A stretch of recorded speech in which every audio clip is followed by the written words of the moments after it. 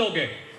اور یہ بھی انتظام حضور نے کیا، جب عالم بالا میں تشریف لے گئے جبریل سے کہا جبریل سدرہ سے آگے محمد عربی جا رہا ہے، سدرہ سے آگے محمد عربی جا رہا ہے، تو نے میرے جد امجد سے کہا تھا نا، کہا اللہ کی بارگاہ میں کوئی بات عرض کرنی ہو تو بتائیں۔ جب وہ آگ میں کود رہے تھے جبریل یہ تو میرے دادا تھے جنہوں نے برجستہ یہ کہا تھا جبریل یقیناً آپ سید الملائکہ ہیں، یقیناً آپ پیغام خداوندی لاتے ہیں، وحی الہی کا پیغمبروں کے پاس پہنچانے کا کام کرتے ہیں، فرشتوں کے سید ہیں، لیکن میں جن کا دادا ہوں مجھے اللہ نے خلیل بنایا ہے، یہ میری خلت کی آزمائش اور امتحان ہے، جا رہا ہوں آگ میں، تیری حاجت نہیں ہے اور میری حاجت مجھے اللہ کو بتانے کی ضرورت نہیں ہے۔ یہ حضور کے دادا تھے، اور جب حضور نے یہ کہا نا کہ میرے دادا نے تو کوئی بات کہی نہیں، لیکن ایک کام کر جبریل، کہا کیا؟ ایک مرتبہ درود شریف پڑھ لیں، اللہم صلی علی سیدنا مولانا محمد معدن الجود والکرم وعلی آلہ وصحابہ وبارک وسلم۔ تھوڑے آپ لوگ آگے آتے جائیں، پیچھے کافی لوگ آ چکے ہیں، ابھی آگے ایک مرتبہ درود شریف پڑھیں، آگے آگے۔ اللہم صلی علی سیدنا مولانا محمد معدن الجود والکرم وعلی آلہ وصحابہ وبارک وسلم، صلاۃ و سلام علیک یا رسول اللہ صلی اللہ تعالی علیہ وآلہ وسلم۔ تو میں یہ عرض کر رہا تھا کہ اس وقت رب کریم نے اپنے محبوب کو یہ کیفیت دی ہے کہ جب لامکہ گئے تو سدرہ پر جانے سے پہلے جبریل سے کہا جبریل آج میں وہاں جا رہا ہوں جہاں کوئی نہیں جا سکتا، اور جبریل وہاں آپ بھی نہیں جا سکتے۔ جب یہ سنا نا تو کہا آپ کو کوئی کام ہے؟ عرض کیا یا رسول اللہ جبریل کی ایک ہی تمنا ہے۔ کہا کیا؟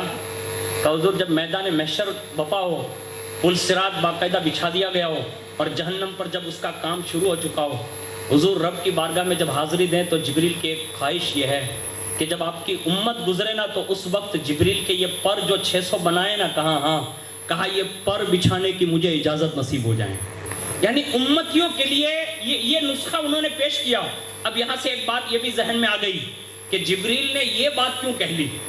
حالانکہ جبریل علیہ السلام سید الملائکہ، اور جو جتنا خدا کے قریب ہوتا ہے نا اتنا مطلب خوف زدہ بھی ہوتا ہے، یعنی وہ لرزہ باندام بھی رہتے ہیں، لیکن اس وقت حضرت جبریل علیہ السلام نے یہ عرضی صرف اس لیے رکھی کہ آج محبوب خدا سے ملاقات کے لیے جا رہے ہیں، اور محبوب کو سب سے زیادہ پیار، سب سے زیادہ محبت اگر کسی سے ہیں تو وہ صرف اپنی امت سے ہیں۔ تو میں امت کی بات کروں گا نا تو محبوب راضی ہو جائیں گے، اور جب محبوب راضی ہو جائیں گے تو محبوب کا خدا بھی راضی ہو جائے گا۔ انہوں نے یہ عرضی رکھی، حضور نے یہ بات وہاں کہہ دی، اور اسی کو امام کہتے ہیں کہ وہاں حضور جہاں کھڑے ہوں گے، جہاں عشاق وجد کرتے گزریں گے، اس لیے فرمایا گیا کہ جہنم بھی جب امت مصطفیٰ گزر رہی ہوگی تو جہنم خود پکار کر کہے گا، کہا اے عشاقان نبی جلدی سے گزر جاؤ، کہیں تمہارے عشق کی جو ہے ٹھنڈک کہیں مجھے ٹھنڈا نہ کر دیں۔ یعنی یہ ان عشاق کا حال ہوگا۔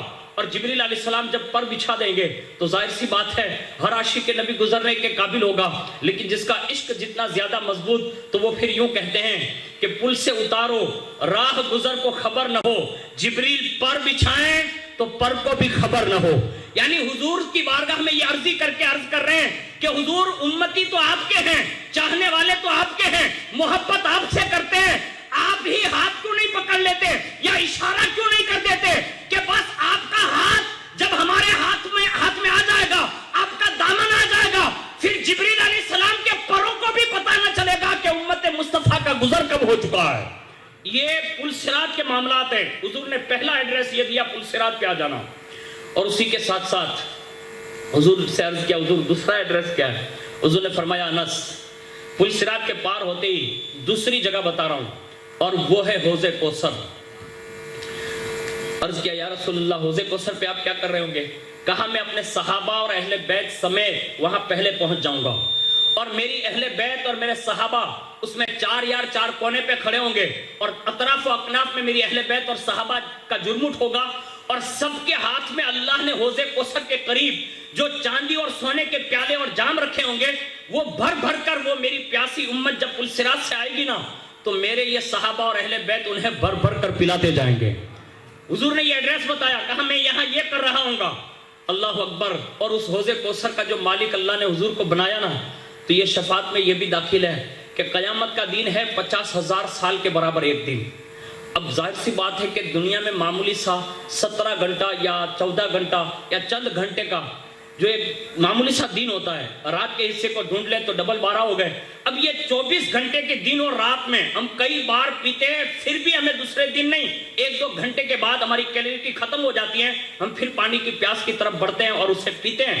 میں کہتا ہوں وہ قیامت کا دن ہوگا نا، وہاں حضور کے حوض کوثر کی ایک جام کی کیفیت یہ ہوگی کہ جو ایک بار پی لے گا نا پھر اس سے دوبارہ حاجت نہیں ہوگی۔ یہ اتنا بڑا انتظام حضور نے اس پس منظر میں کیا ہے جہاں کوئی کسی کا پرسان حال نہیں ہے سوائے شفاعت مصطفیٰ اور سفارش مصطفیٰ کے۔ حضور نے کہا انس وہاں جانا، پھر عرض کیا یا رسول اللہ تیسری جگہ کون سی ہوگی؟ حضور نے ارشاد فرمایا، کہا انس تیسری جگہ میزان عمل پر۔ کہا حضور وہاں آپ کیا کر رہے ہوں گے؟ حضور نے ارشاد فرمایا جب میری امت کے نامہ اعمال تولے جا رہے ہوں گے نا اس وقت میں وہاں کھڑا رہوں گا، بائی چانس اگر کسی کی نیکیاں کم ہوئی تو میں اپنی طرف سے اپنی نیکیاں اس میں ڈال دوں گا اور ان کی سفارش کروں گا۔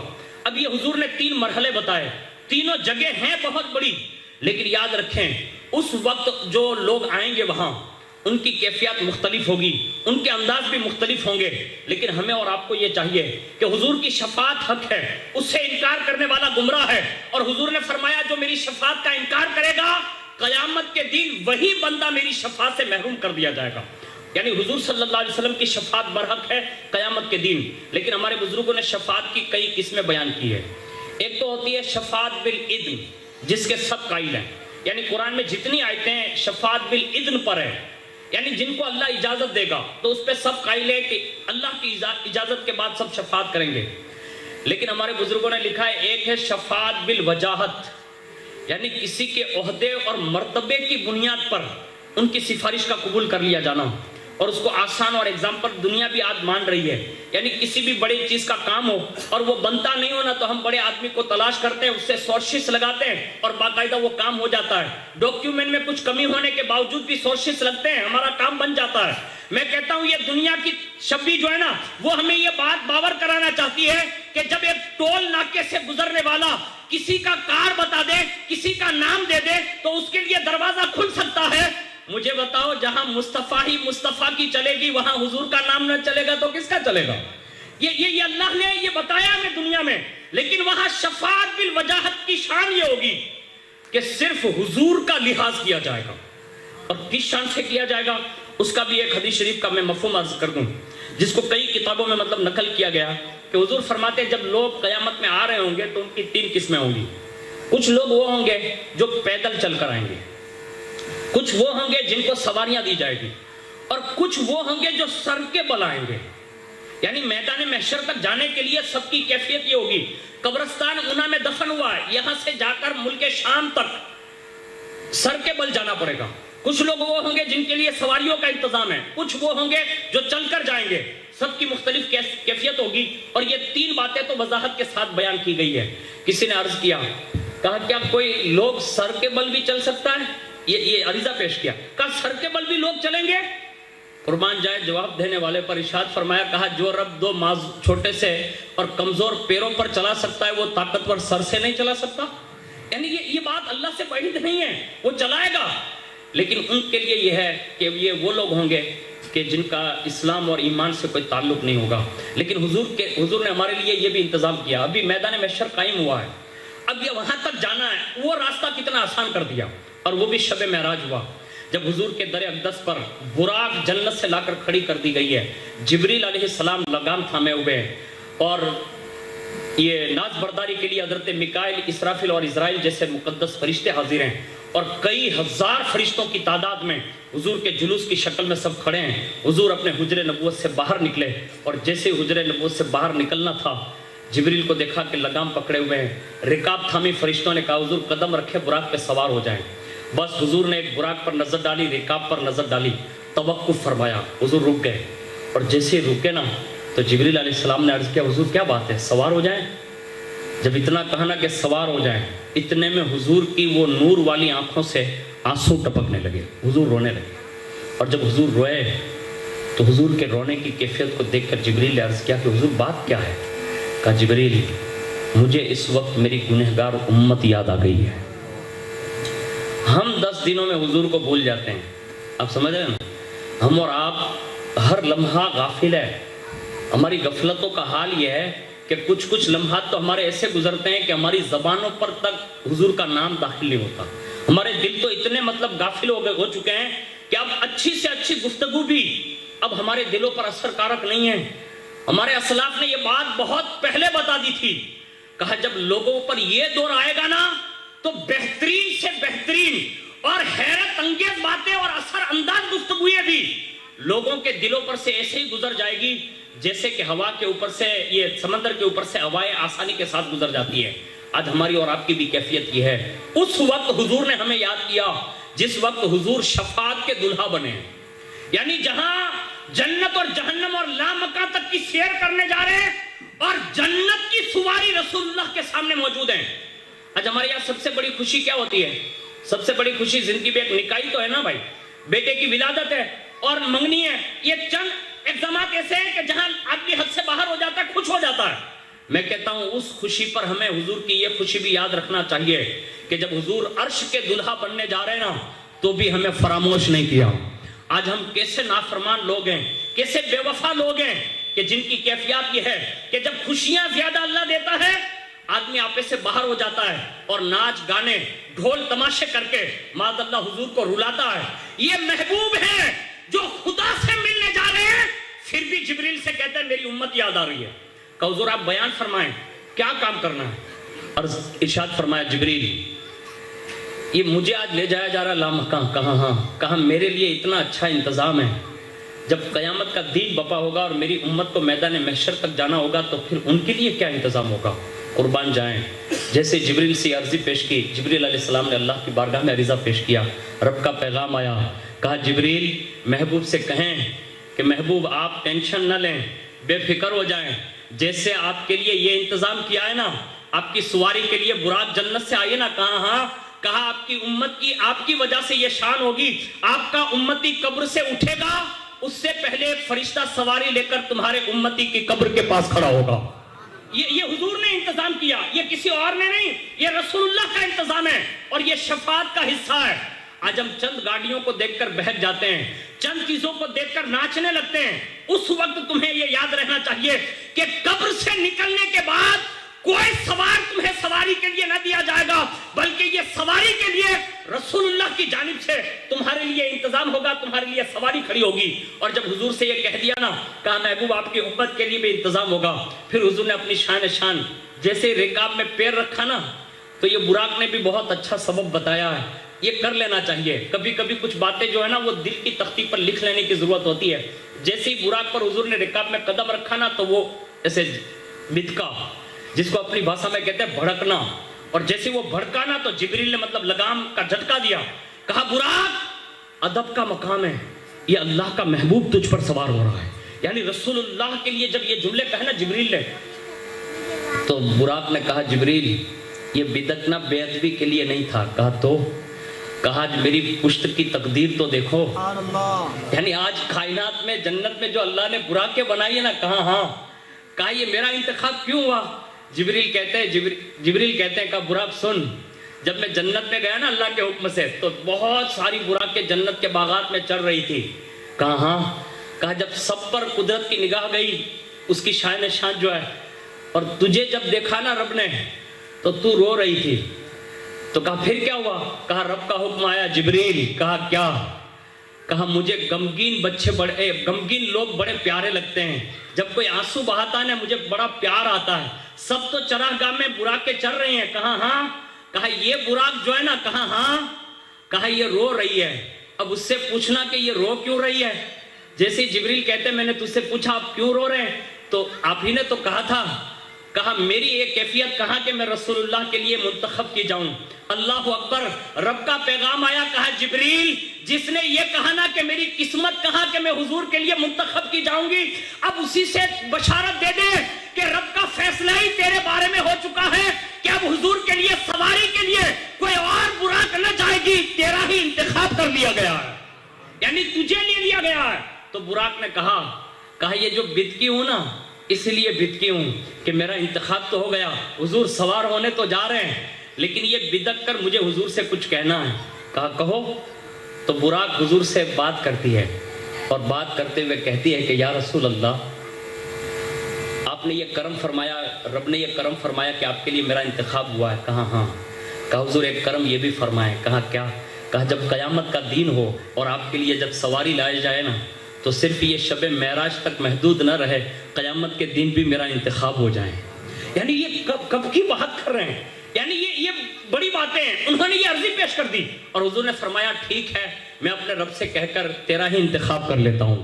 یعنی یہ بشارت دی. اور حضور کے اس سفر کی بنیاد پر اللہ نے اپنی امت کے لیے, یہ رب نے اپنے بندوں کے لیے بھی اور مصطفیٰ کی امت کے لیے بھی یہ سواری کا انتظام کیا. اور اسی کے ساتھ ساتھ قیامت کا پس منظر حضور کی جو شفاعت بالوجاہت ہوگی نا وہ یہ ہوگی. شفاعت کی کئی قسمیں, شفاعت صغریٰ اور شفاعت کبریٰ بھی. اب شفاعت کبریٰ کیا ہے؟ تو حدیث شریف میں کہ سارے بندے جب اکٹھا ہو جائیں گے میدان محشر میں, حضرت آدم علیہ السلام سے لے کر قیامت تک جتنے بندے ہوں گے نا وہ سب میدان محشر میں آ جائیں گے. اور وہاں قرآن کا فیصلہ یہ ہے کہ یہ زمین تبدیل کر دی جائے گی, یعنی دوسری زمین ہوگی اور وہ تانبے کی شکل یعنی چاندی جیسی ہوگی. اور ایک روایت میں ہے کہ یہ آسمان جو ہے نا وہ ٹوٹ پھوٹ کر دوسرے آسمان میں تبدیل کر دیا جائے گا. اور اتنی چٹیل مطلب زمین ہوگی اور اتنا چٹیل میدان ہوگا کہ لکھا ہے کہ ایک کنارے سے اگر دوسرے کنارے تک کسی کو دیکھنا ہو تو آدمی دیکھ سکے گا, اتنا استھر کر دیا جائے گا. اور اس میدان میں ساری کائنات کے لوگ جمع ہوں گے. اور جب سب جمع ہو جائیں گے نا تو یہ سورج جس کو ہم اور آپ دیکھ رہے ہیں, یہ چاند و سورج بھی فنا ہو جائیں گے. پھر اللہ اپنی شان اس سورج کو اتنا قریب کر دے گا, اتنا قریب کر دے گا کہ ایک کمان کا فاصلہ ہوگا. یعنی ایک کمان کے مطابق جس کو ہم اور آپ 1.5 گز یا 1 گز کہتے ہیں, اتنے فاصلے پر وہ قریب آ جائے گا. پسینہ زمین اگلے گی, لوگوں کے جسم سے بھی پسینہ نکلے گا اور لوگ پسینے میں کوئی ڈوب رہا ہوگا اس کی بھی الگ الگ کیفیت ہوگی. اور جب چاروں طرف سے ہما ہمی ہوگی اور کوئی کسی کو مطلب پرسان حال نہیں ہوگا. خود حضرت عائشہ کی روایت ہے کہ حضور نے فرمایا کہ 3 مراحل ایسے ہیں کہ جہاں کوئی کسی کا پرسان حال نہیں ہوگا. اس میں سے یہ پہلا مرحلہ حضور نے بیان کیا کہ جب سب جمع ہو جائیں گے تو وہاں کسی کے جسم پر کپڑا ہی نہیں سوائے چند مخصوص کے. کہا وہاں کسی پر کپڑا نہیں ہوگا جسم پر. حضرت عائشہ نے عرض کیا یا رسول اللہ تو لوگ جب بڑھنا ہوں گے تو ایک دوسرے کو دیکھ کر حیا محسوس نہیں کریں گے, یعنی شرمائیں گے نہیں؟ حضور نے فرمایا عائشہ اس وقت لوگوں کی عقلوں پر قیامت کا خوف اتنا جاگزی ہوگا کہ کسی کو اپنے بارے میں بھی پتہ نہیں ہوگا کہ جسم پر ہے کیا, یعنی یہ کیفیت کر دی جائے گی. پھر فرمایا عائشہ جب پل صراط پار کریں گے نا تب یہ کیفیت ہوگی. اور جب میزان عمل پر اعمال تولے جا رہے ہوں گے اور جب نظر پلے پر ہوگی نا تو اس وقت میزان عمل کے اس ترازو پر نگاہ کرتے ہوئے لوگوں کے ہوش اڑ جائیں گے. یہ 3 مراحل حضور نے بیان کیے. لیکن جب یہ سب جمع ہو جائیں گے اب لوگ ایک دوسرے کو دیکھ رہے ہیں, ایک دوسرے کی مطلب مستی میں, اور رب کا جو قہر اور جو اس کی شان جو اس کا غضب ہے وہ زور پر ہے. للہ الواحد القہار کی صدائیں سب خاموش ہیں, فرشتے بھی صف بصف کھڑے ہیں, انبیاء بھی اپنی شان رب کی ہیبت اور جلال کی وجہ سے سر خم کیے ہوئے ہیں, سب خاموش ہیں. حضور فرماتے ہیں اس کے بعد لوگوں میں آپس میں چرچا ہوگی, اور جب آپس میں یہ چرچا کریں گے نا تو لوگوں میں یہ بات اللہ ڈالے گا کہ ایک کام کرتے ہیں کوئی ایسا بندہ ڈھونڈے جو حساب کتاب شروع کروا دے. یعنی اتنا وقت بیت گیا ابھی تک کوئی مسئلہ ہی کھڑا نہیں ہو رہا ہے تو آخر اب ہونے کیا والا ہے. اتنا وقت بیتے گا اس کے بعد یہ خیال آئے گا کہ کسی کو ڈھونڈو. رسول اللہ فرماتے ہیں سب سے پہلے لوگوں کی زبان پر یہ بات آئے گی, ایک کام کرتے ہیں کہ سب سے پہلے نبی حضرت آدم علیہ السلام کے پاس جاتے ہیں. اللہ نے ان کو جنت میں بنایا ہے اور اللہ نے بغیر ماں باپ کے پیدا کیا ہے ان کو, اور ان کو جنت میں رکھا, پھر دنیا میں اتارا, اور یہ بڑی شان کے مالک ہے. سب سے پہلے بابا آدم کے پاس چلتے ہیں. ساری ذریت آدم حضرت بابا آدم کی بارگاہ میں کھڑی ہوگی اور جیسے حاضر ہو کر کہیں گے نا کہ بابا آدم آپ ہماری شفاعت کریں اور اللہ کی بارگاہ میں سفارش کریں کہ اللہ حساب کتاب کا دروازہ کھول دیں. یاد رکھیں اس وقت حضرت آدم علیہ السلام کے یہ جملے تاریخ میں اور باقاعدہ حدیث میں نقل کیے گئے ہیں کہ حضرت آدم علیہ السلام یہ کہیں گے کہ مجھے تو اپنی پیغمبرانہ لغزش پر ندامت ہے کہ اللہ نے اگر مجھ سے یہ سوال کر لیا تو میں کیا جواب دوں گا. اس فکر میں ہوں, میں اس کام کے لیے نہیں ہوں. اذهبوا الى غیری, کسی دوسرے کے پاس آپ ٹرانسفر ہو جائیں اور نکل جائیں. جیسے یہ کہا نا کہ آپ دوسرے کے پاس جائیں لوگ مایوسی کی طرف مبتلا ہو جائیں گے. کہا آپ ہمیں کس کے پاس بھیج رہے ہیں؟ اب حضرت آدم علیہ السلام کہیں گے شیش کے پاس جاؤ. شیش کے پاس جائیں گے تو کہا نوح کے پاس جاؤ. نوح کے پاس جائیں گے تو نوح کہیں گے تم فلاں کے پاس جاؤ, فلاں کے پاس جاؤ.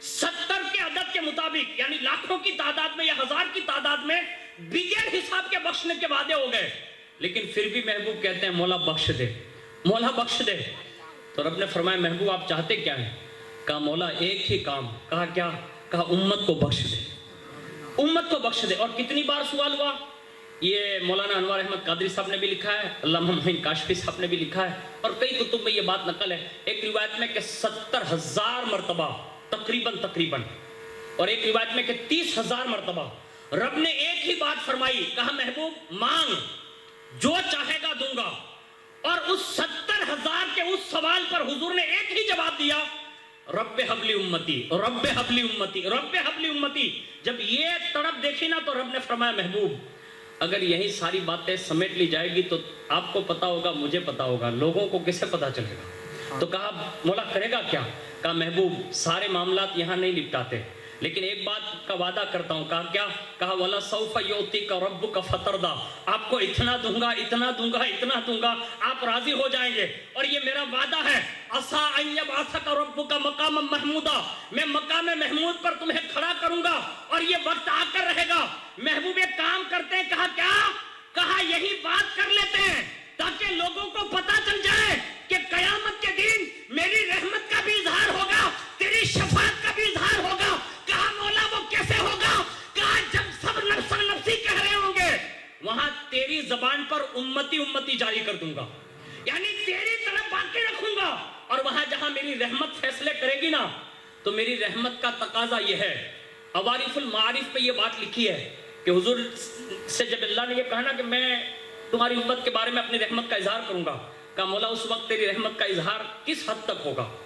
تو فرمایا محبوب تمہارے کچھ امتی ایسے ہوں گے جن کو اس شان سے بخش دوں گا کہ آپ کو بھی ان کے بارے میں پتہ نہ چلنے دوں گا۔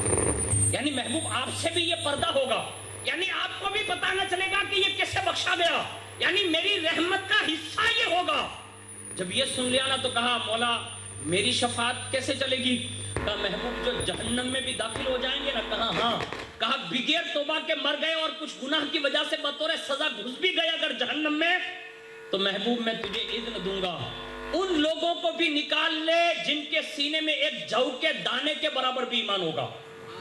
آج ہم بدعقیدوں کا رد اس لیے کرتے ہیں، اس لیے کہ بدعقیدوں کی بخشش نہیں ہے، گمراہ لوگوں کی بخشش نہیں ہے، بے ایمانوں کی بخشش نہیں ہے، وہاں صرف ایک ذات ہے اور اسے مومن کہتے ہیں، یعنی جو حضور کا عاشق ہوگا وہی بخشا جائے گا۔ اور وہ ایمان کی کیفیت یہ بتائی، حالانکہ ایمان گھٹتا اور بڑھتا نہیں ہے، اس پر بڑی بحث ہے، لیکن یہ کہا ایک جَو کے دانے کے برابر بھی ایمان ہوگا، اسے بھی تمہاری شفاعت سے نکلوا دوں گا۔ پھر کہا مولا بس؟ تو کہا محبوب ایک کام اور کروں گا۔ کہا کیا؟ کہا جَو کی مقدار تو بڑی ہے نا؟ کہا ہاں۔ کہا رائے کے دانے کے برابر بھی جس کا ایمان ہوگا نا اسے بھی بخش دوں گا، یعنی اسے بھی نکلوانے کے لیے تمہیں اذن دوں گا۔ کہا مولا بس؟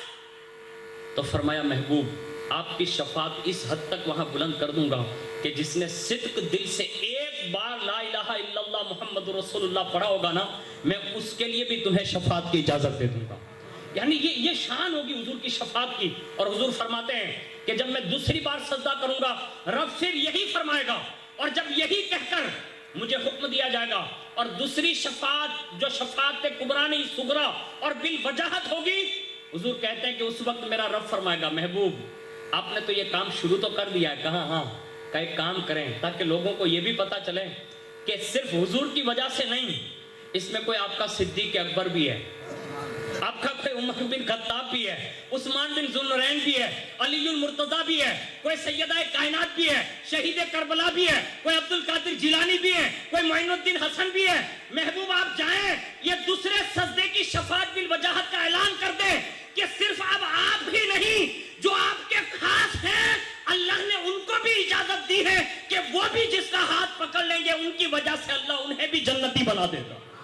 اور یہ قیامت کے دن ہوگا، یعنی یہ بڑے بڑے لوگ جو بزرگان دین ہے نا ان کو بھی یہ شفاعت کی اجازت دی جائے گی۔ یہ شفاعت کا دوسرا سجدہ جو حضور کریں گے نا یہ دوسرا ہوگا۔ اور حضور فرماتے جب تیسرا سجدہ کروں گا اللہ اکبر، اس وقت رب کی رحمت جو ہے نا اپنی شان اس حد تک وسعت کرے گی کہ محبوب کو کلی اجازت ہوگی۔ اور جب کلی اجازت ہوگی اور حضور کہتے ہیں کہ میری نسبت در نسبت، میری نسبت در نسبت، یہاں تک کہ اس حد تک لوگوں کی شفاعت جاری ہو جائے گی کہ شیطان بھی 3 مرتبہ، ابلیس 3 مرتبہ جہنم سے اپنا سر باہر نکالے گا، اور جب اسے فرشتے پوچھیں گے کہ تو کیوں جاگتا ہے، تو کہا اس لیے جھانک رہا ہوں کہ یہ حضور کی شفاعت اس حد تک وسیع ہو گئی ہے تو کہیں میرا بھی تو نمبر نہیں لگنے والا نا، یعنی اس کو بھی یہ کرن دکھ جائے گی۔ حالانکہ اللہ نے اس کے لیے جو ہے اس نے جو کچھ کیا تھا نا اس کا بدلہ دنیا میں ہی دے دیا، لیکن یہ کرن اس کے دل میں جاگے گی۔ میں کہتا ہوں جب اتنا بڑا گرا ہوا اور مردود بنایا ہوا ابلیس جیسا لعین بھی یہ 3 بار جھانک لے گا، میں کہتا ہوں اس وقت حضور کی امت کے لیے کتنی وسعتیں ہوں گی۔ یہ حضور کی شفاعت کا وہ درجہ ہوگا، اور اسی پر حضور نے یہ دنیا میں بھی ہمیں اور آپ کو پیغام دیا۔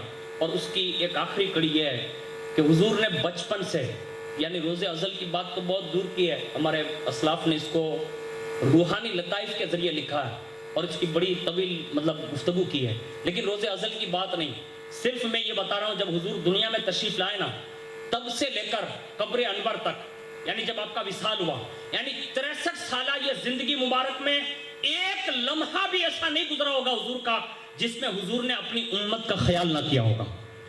آج میں آپ سے عرض کرتا ہوں حضور کے 63 سالہ کو صرف نہ دیکھیں، حضور کی زندگی اس سے پہلے بھی ہے اور اس کے بعد آج بھی ہے اور قیامت کے دن جنت میں بھی ہے، لیکن حضور کی وجہ سے جو 63 سالہ حضور نے ہمیں یاد کیا، اب ہمیں اور آپ کو صرف اتنا کرنا چاہیے کہ جو محبوب 63 سال میں ایک لمحہ بھی نہ بھولا ہو، کیا ہمیں اس محبوب کی محبت کی خاطر 5 وقت کی نماز نہیں پڑھنی چاہیے؟ اب بولے نا بھائی، پڑھنی چاہیے نا۔ کوشش کریں اپنی زندگی میں کہ یہ حضور نے جو آنسو بہائے نا اس محبوب کی آنکھوں کو ٹھنڈک نماز سے ہی ملتی ہے، اس لیے آج سے یہ عزم کر لیں کہ یہ سال جو پہلی شب ہے نا سال کی، اسی کے ساتھ عزم کر لیں کہ پیغام کربلا کا پہلا سبق یہی ہے کہ آج سے انشاءاللہ حضور کی محبت کی خاطر اللہ کی عبادت کرنا شروع کر دیں گے۔ دوسری بات بتا رہا ہوں، یہ تو 63 سالہ ہے اور ہمارے بزرگوں نے لکھا ہے کہ آج بھی حضور اپنی قبر انور کے اندر اپنی امت کے اعمال ملاحظہ فرماتے ہیں، اگر اچھے عمل دیکھتے ہیں تو خوش ہوتے ہیں اور اگر برے عمل دیکھتے ہیں تو حضور آج بھی ہماری مغفرت کی دعا فرما رہے ہیں۔ اس وقت جو ہم اور آپ بیٹھے جو لمحات گزارے نا، ہمارا وجدان یہ کہتا ہے کہ حضور اس وقت بھی ہماری مغفرت کی دعا فرما رہے ہیں، اور یہ حضور کا خاصہ ہے۔